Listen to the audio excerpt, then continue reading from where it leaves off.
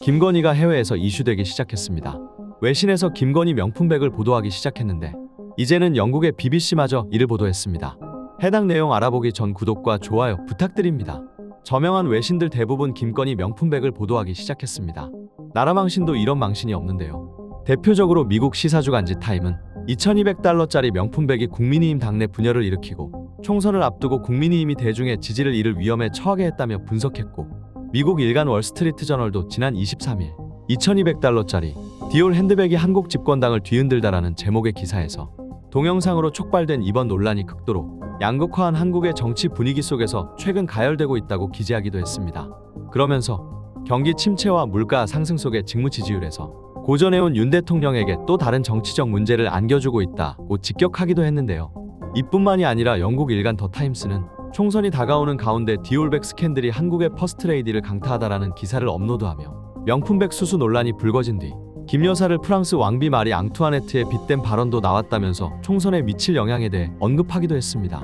영국의 텔레그래프 또한 이번 스캔들이 총선에서 과반 의석을 확보하려는 국민의힘의 노력을 약화시킬 위험이 있다고 분석했습니다.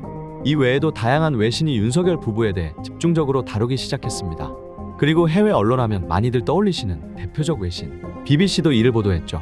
BBC는 영부인의 디올백이 국가 리더십을 흔들다라는 제목의 기사를 기재했고, 해당 기사에는 전반적인 사건의 내용과 당내 균열을 언급하기도 했습니다. 이뿐만 아니라 다른 외신에서도 윤석열 부부에 관한 내용이 쏟아져 나오기 시작했습니다. 외국인이 생각하는 대한민국 이미지가 어떻게 변화될지 눈에 훤히 보이는데요. 과거 방역으로 극찬받던 대한민국과는 전혀 다른 이미지로 망신을 당하게 된 것입니다. 참으로 개탄스러운 현황인데, 외신뿐만 아니라 현재 국내 언론들도 심상치 않은 보도들을 쏟아내고 있습니다. 특히 조중동에서도 김건희 손절을 외치고 있는 모습을 보이는데, 현재 한동훈과 윤석열은 서천 화재 현장에서 봉합 수순에 들어섰습니다.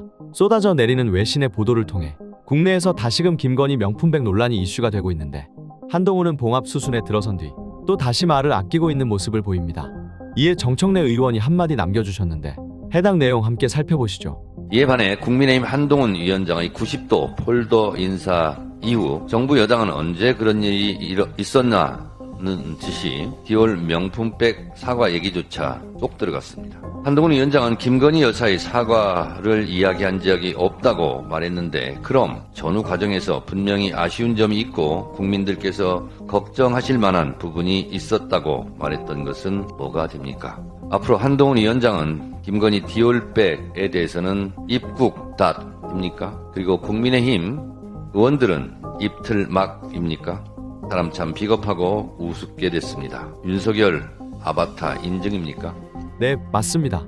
국민들뿐만 아니라 전 세계인들이 본 김건희 명품 가방 수수 장면.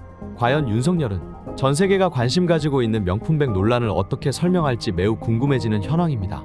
효과를 보기 위해서는 명절 전에 입장을 밝혀야 하는데, 과연 이 내용이 윤석열에게 긍정적인 영향을 미칠지 부정적인 영향을 미칠지 참으로 궁금합니다. 사과라는 단어가 아닌 설명이라는 단어를 활용한 것을 보면 어떠한 발언을 할지 어느 정도 유추가 가능합니다. 윤석열의 입장 표명이 오히려 그들에게 독이 되지 않을까 생각합니다. 끝까지 시청해주셔서 감사합니다.